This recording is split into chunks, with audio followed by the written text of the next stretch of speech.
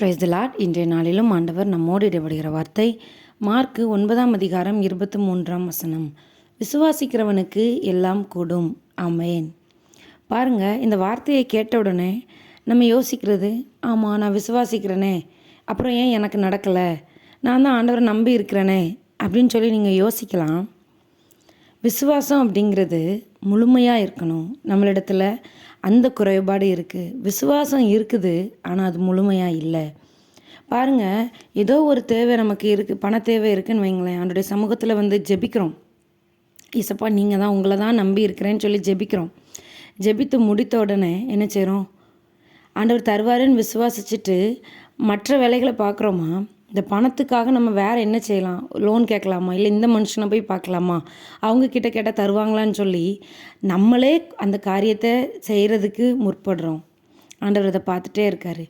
ஒரு பெரிய மனுஷங்க கிட்ட போய் நம்ம உதவி கேட்டோன்னா அவங்க செய்வாங்கன்னு சொல்லி நம்பினா அதுக்கப்புறம் நம்ம அதை பற்றி யோசிக்கிறதே இல்லை. ஒரு மனுஷனுக்கு கொடுக்குற முக்கியத்துவத்தையோ, ஒரு மனுஷனுக்கு நம்ம கொடுக்குற அவங்க மேலே வச்சுருக்கிற நம்பிக்கையை நம்ம வெளிக்காட்டுறது தன்மையையோ ஆண்டவருக்கு நம்ம கொடுக்குறதில்ல. அவர் தருவாரா தரமாட்டாராங்கிற ஒரு யோசனையில் தான் நம்ம என்ன செய்கிறோம்? நம்மளே அந்த காரியத்தை எப்படியா செஞ்சு முடிச்சிடலாமான்னு முயற்சி செய்கிறோம். முழுமையாய் விசுவாசிக்கிறவனுக்கு தான் எல்லாம் கூடும். ஆண்டவரை முழுசாக நம்பினா கட்டாயம் அவர் நமக்கு என்ன செய்வார்? வாய்க்க பண்ணுவார்.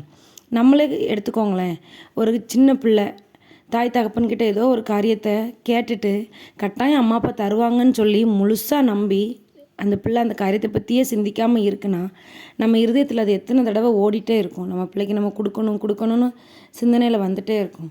இது நம்மகிட்டையும் சொல்லிவிட்டு வேறு சித்தப்பா பெரியப்பான்னு யார்ட்டையாவது பிள்ளைங்க கேட்காங்க அப்படின்னா நம்ம என்ன நினைப்போம்? சரி, எல்லார்ட்டையும் தானே கேட்குறா, யாராவது அவளுக்கு செய்யட்டும் அப்படின்னு யோசிச்சு விட்டுருவோம். அதே போல் தான் ஆண்டவர்கிட்டையும் கேட்குறோம், மற்ற தெய்வங்கள்கிட்டையும் கேட்குறோம், மற்ற மனுஷர்கள்கிட்டையும் கேட்குறோம். அப்போது நமக்கு அந்த நன்மை கிடைக்கும்போது அந்த கணத்தை நம்ம யாருக்கு கொடுப்போம்? ஆண்டவருக்கு மட்டும்தான் கணம், ஆண்டவருக்கு மட்டும்தான் மகிமை. அப்படி இருக்கும் பொழுது நம்ம ஆண்டவரை மட்டும்தான் முழுசாக நம்பணும், விசுவாசிக்கணும்.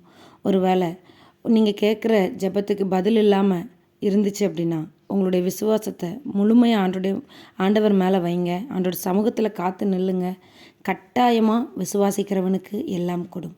நீங்கள் எதிர்பார்த்துருக்கிற காரியத்தை ஆண்டவர் உங்கள் கைகூடி வர பண்ணுவார். கர்த்தர் உங்களை ஒவ்வொருவரையும் ஆசீர்வதிப்பாராக. God bless you.